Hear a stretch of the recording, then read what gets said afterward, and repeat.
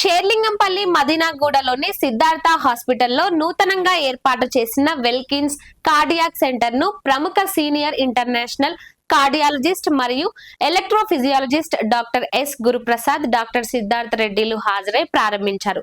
ఇక ఈ సందర్భంగా ఎస్ గురుప్రసాద్ మాట్లాడుతూ, హైదరాబాద్ లో చాలా మంది కార్డియాలజీ డాక్టర్లు ఉన్నప్పటికీ ఇక్కడ ఈ కార్డియాక్ సెంటర్ ను ప్రత్యేకంగా ప్రారంభిస్తున్నామన్నారు. వెల్కిన్స్ cardiology at Siddhartha hospital Madinaguda Hyderabad. మేము ఈ రోజు నుంచి డాక్టర్ ఎస్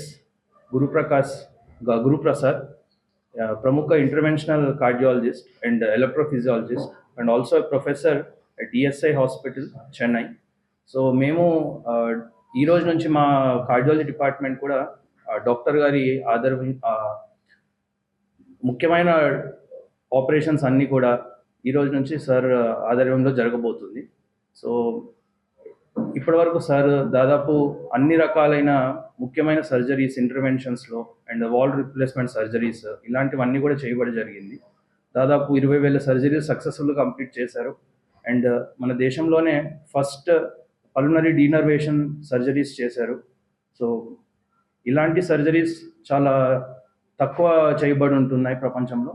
కానీ సార్ మా టీంలో జాయిన్ అవ్వడం వల్ల ఇంకా కూడా మా డిపార్ట్మెంట్ని, హాస్పిటల్ ఒక ఇంపార్టెన్స్ని స్ప్రెడ్ చేస్తామని చెప్పి నమ్ముతూ స్టార్ట్ చేయాలనుకుంటున్నాము. సో సార్ చెప్తారు ఫర్దర్గా. అందరికీ నమస్కారం అండి.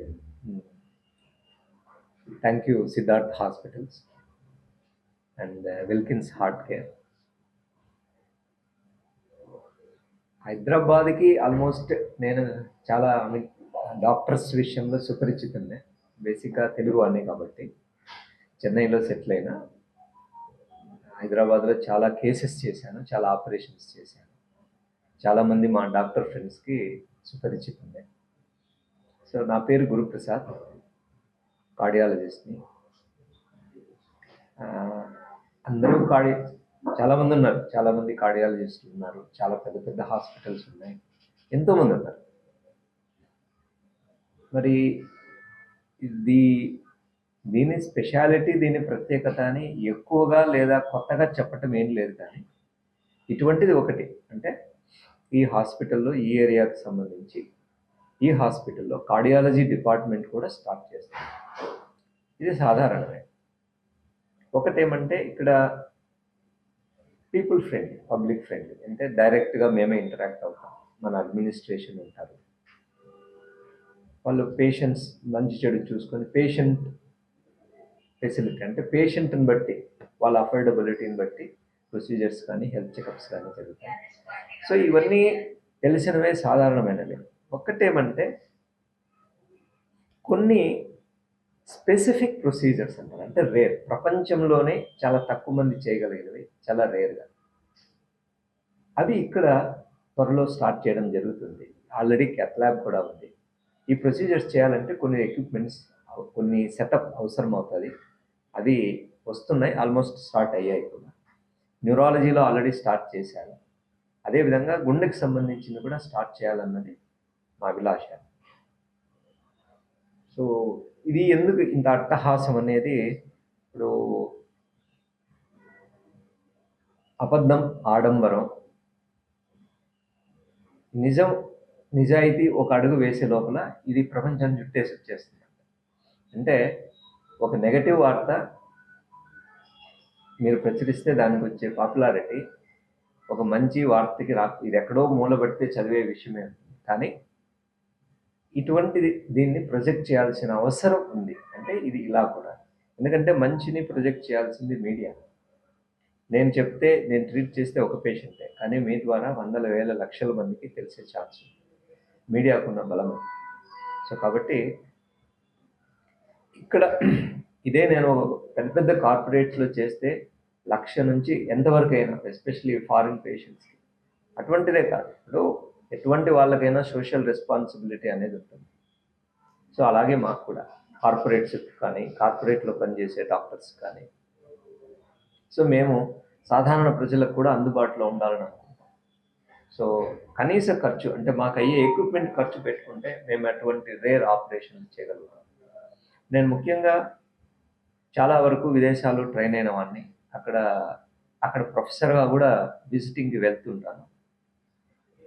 కొన్ని రకాల జబ్బులకు సంబంధించి అరిథ్మియాస్ అంటే గుండె దడకు సంబంధించింది కానీ బీపీని క్యూర్ చేయగలం మేము ఈరోజు. హై బీపీ ఉందనుకోండి, 10 రకాల టాబ్లెట్స్ వేసుకుంటుంటారు, వాటిని క్యూర్ చేసే టెక్నాలజీ వచ్చింది. అదేవిధంగా కొన్ని జబ్బులకి హార్ట్ లంగ్ ట్రాన్స్ప్లాంట్స్ చేసేస్తాం. ట్రాన్స్ప్లాంట్ అంటే ఏదో పెద్ద మాఫియా అనుకునే రూల్స్ లేదు, కానీ కొంతమందికి అవి నిజంగా లైఫ్ సేవింగ్. అవి లక్షలు 30-40 లక్షలు ట్రాన్స్ప్లాంట్స్ అవ్వవు. అటువంటి పేషెంట్స్ కూడా చిన్న చిన్న థెరపీస్ అంటే ఒక 4-5 లక్షలు ఖర్చు పెట్టుకుంటే ట్రాన్స్ప్లాంట్ సర్జరీస్ అవసరం లేకుండా, పెద్ద పెద్ద ఓపెన్ హార్ట్ సర్జరీస్ అవసరం లేకుండా లేటెస్ట్ టెక్నాలజీతో మనం కొంచెం క్యూర్ చేసుకునే పద్ధతులు, ఆ చికిత్సా విధానాలు అందుబాటులో వచ్చాయి. సో వాటిని డెవలప్ చేసింది కూడా మేమే. అంటే వరల్డ్లోనే పల్మనరీ డీనర్వేషన్ అనే థెరపీని కానీ, ఎండో ఎపికార్డియల్ అబ్లేషన్స్ అటువంటివి కానీ, ఈ ర్యాష్ అంటే గుండెలో కండ పెరగటం, దాన్ని లేజర్ చికిత్స ద్వారా తగ్గించడం వంటివి కానీ. సో ఇటువంటి అంటే కొత్త టెక్నాలజీ ఏది వచ్చినా ప్రపంచంలో, అమెరికాలో, యూరోప్ వంటి దేశాల్లో ఫస్ట్ టైం ఇండియాలోనే, ఎస్పెషలీ మన సౌత్ ఇండియా, మన రాష్ట్రాల్లో మొట్టమొదట ఇంప్లిమెంట్ చేసింది మనమే. అది కూడా ఎప్పుడూ కార్పొరేట్స్ హాస్పిటల్స్కి, కార్పొరేట్ కస్టమర్లకి అందుబాటునే కాకుండా సామాన్య ప్రజలకు కూడా అందుబాటులో ఉండాలనే ఒక దృక్పథంతో. బేసిక్గా నేను ఒక కమ్యూనిస్ట్ నుండి, నేను పార్టీస్ గురించి మాట్లాడటం లేదు. చిన్న వయసులో నేను చదువుకునే రోజుల్లో కమ్యూనిస్ట్ లీడర్గా ఉండేవాడిని. ఇప్పుడు నేనేం పాలిటిక్స్లో లేకపోయినా ఆ దృక్పథం అలాగే ఉంది. అంటే మనము సామాన్య ప్రజలకు ఉపయోగపడాలి. సో డబ్బు ఉంటేనే ఈ చికిత్సలు జరుగుతాయి అనే అనే ఒక అపోహ ఒక నిజంగా బాధపడే ఒక పేషెంట్కి ఉండకూడదు. ఓకే, సో మా వంతు సహాయం మేము చేయగలుగుతాం. ఎందుకంటే ఆ దృక్పథంతో ఉన్న కార్పొరేట్, అంటే ఇది కార్పొరేట్ అంటే ఇన్ ద సెన్స్ ఒక ప్రైవేట్ హాస్పిటల్ అయినా ఒక కామన్ మ్యాన్కి అందుబాటులో ఉండగలిగేలాగానే ప్లాన్ చేస్తాం ఇక్కడంతా. సో ఏ సమస్యలున్నా, గుండె జబ్బులకు సంబంధించి ఏ సమస్యలున్నా ఫస్ట్ రండి, చూడండి, నేను చెప్పేది వినండి, దానికి సంబంధించిన చికిత్సా విధానాలు, పద్ధతులు తెలుసుకోండి. దాని తర్వాత ఖర్చుల గురించి మాట్లాడుకోవచ్చు. సో వీలైనంత తక్కువ ఖర్చులతోనే, అఫోర్డబుల్ ప్రైసెస్తోనే ఇక్కడ హార్ట్ డిపార్ట్మెంటు బేసిక్ చికిత్స, హెల్త్ చెకప్స్ నుంచి కాంప్లెక్స్ ఇంటర్వెన్షన్స్ వరకు త్వరలో ఈ అందుబాటులో తీసుకురావడం జరుగుతుంది. సో పత్రికా మిత్రులకు సో వినతి, సో ఒక మంచి న్యూస్ని ప్రొజెక్ట్ చేయడం కూడా, అది కూడా నాకు ఇలా నేను సోషల్ రెస్పాన్సిబిలిటీ ఫీల్ అవుతాను. ఇలా ఒక మంచి వైద్య సదుపాయం ఇక్కడ ఉంది, హాస్పిటల్లో ఉంది అని ఒక మంచి వార్త ద్వారా తీసుకెళ్ళటం, అది కూడా మీ యొక్క రెస్పాన్సిబిలిటీ కాదు, మీరు 10 మందికి ఉపయోగపడిన వాళ్ళు కూడా అవుతారు. ఒక పేషెంట్ మీ వల్ల బెనిఫిట్ అయ్యి అతనికి సరైన చికిత్స జరిగితే ఆ పుణ్యం అందరికీ, నా ఒక్కరికే కాదు, మీ అందరికీ కూడా. సో ప్రపంచాన్ని మార్చింది డార్విన్, మార్క్స్ అంటే సైన్స్లో, పొలిటిక్స్లో. నెక్స్ట్ సైకాలజీలో సిగ్మండ్ ఫ్రాయిడ్. నెక్స్ట్ మార్చింది 4వది వార్త, ప్రెస్, న్యూస్. సో కాబట్టి ప్రపంచాన్ని మార్చగలిగిన శక్తి ఒక మంచి వార్త ద్వారా, మీడియాకు. సో దాన్ని నేను నమ్ముతాను. సో కాబట్టి మంచిని ప్రచారం చేయండి. చెడు ఎలాగో మీరు చేయకపోయినా అదే చేసుకుంటుంది, ఓన్గా చేసుకుంటుంది. సెల్ఫ్ పబ్లిసిటీ ఎక్కువ దానికి. మంచికే మనం కష్టపడాలి, నిజాయితీకే కష్టపడాలి. ఇంతవరకు ఇది అదర్ స్పెషాలిటీస్ ఉన్నాయి న్యూరాలజీతో పాటు. ఇప్పుడు కార్డియాలజీని కూడా స్టార్ట్ చేయబోతున్నాం.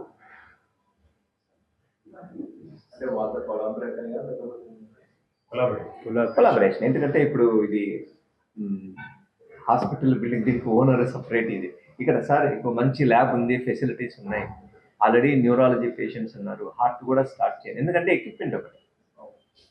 సో మనకి మంచి టీము, డాక్టర్స్ అవసరం. సో త్వరలో మంచి టీం ఏర్పాటు చేస్తాను ఇక్కడ. సో మా మేనేజ్మెంట్ టీం అందుబాటులో ఉంటారు. హైదరాబాద్ ఫస్ట్ చెన్నైలో ఉన్నాను.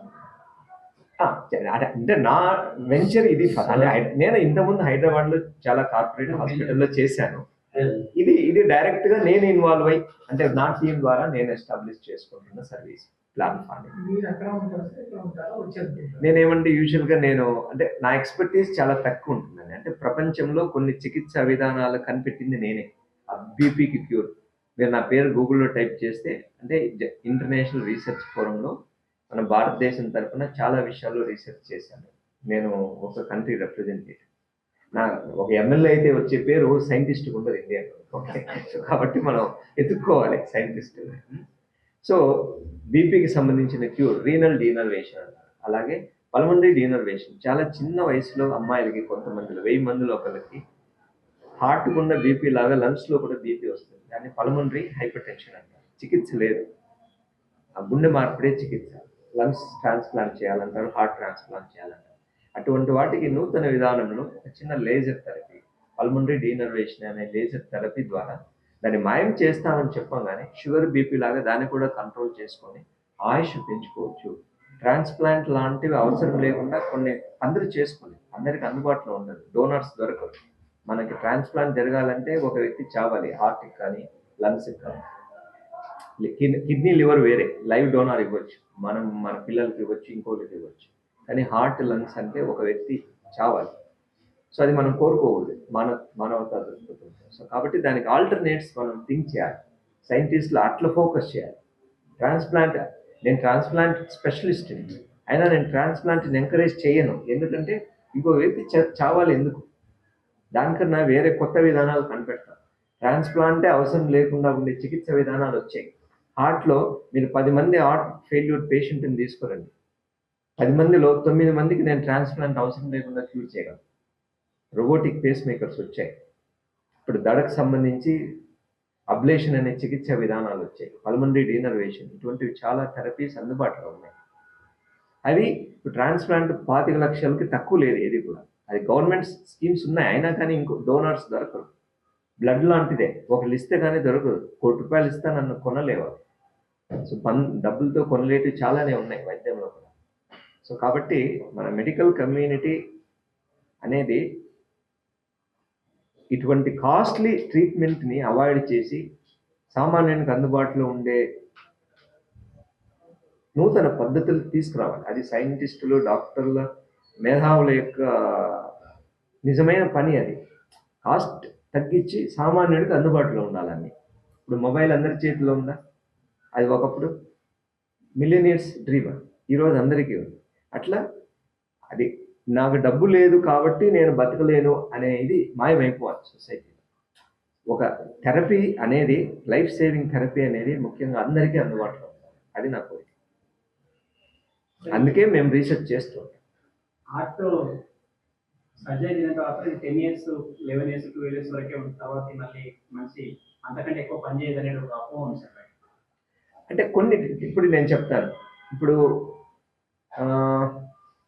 మీకు అంటే కాస్ట్లీ కార్ ఎంతకి రావచ్చు? కాస్ట్లీ కార్, బెంజ్ కార్ అనుకోండి, సపోజ్ ఒక 2 కోట్లు మంచి కార్, 2 కోట్లు అనుకోండి. అది 20 ఏళ్ళ తర్వాత 10 కోట్లు పెట్టి కొన్న రోల్స్ రాయిస్ కూడా 10 ఏళ్ళ తర్వాత ఓల్డ్ కారే. బ్రూస్లీ కూడా బతుకుంటే ముసలుడు అయ్యేవాడ కాదు, ఎంత పెద్ద ఛాంపియన్ అయినా ఏజ్. అట్లా మనిషి అంటే బయాలజీ, లైఫ్ ఎప్పుడు అనేది కూడా కాలం అనే టైంలో క్యాలెండర్లో అది ఇంజన్ ఎలా ఏజ్ అయిపోతుందో ప్రతిదీ అంతే. మనలో పెట్టిన స్టెంట్ అయినా, మనకు చేసిన బైపాస్ సర్జరీ అయినా, మనకు చేసిన ట్రాన్స్ప్లాంట్ అయినా మనతో పాటే దానికి ఏజ్ వస్తుంది. అది ఇంజన్ అరుగుదల్లాగా.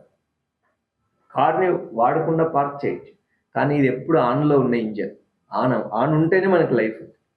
సో అట్లా హార్ట్లో స్టెంట్ చేసినా, బైపాస్ చేసినా దానికి ఇంతే లైఫ్ అని ఎవడు లెక్క రాయడు. ఎప్పుడు కూడా బయాలజీ అంటే మన లైఫ్ అనేది లెక్కలు కాదు. 2 2 4 మీకు టీచర్ చెప్పిన అయ్యవారు అంతే చిన్నప్పుడు. 2 2 4 లైఫ్ కాదు. అదే స్టెంట్ ఒకడికి 20 ఏళ్ళు పనిచేయచ్చు. బాగా స్ట్రెస్లో ఉండి స్మోక్ చేసి షుగర్ కంట్రోల్ పెట్టుకోకుండా ఉండేవాడికి 2 ఏళ్ళే పనిచేయచ్చు.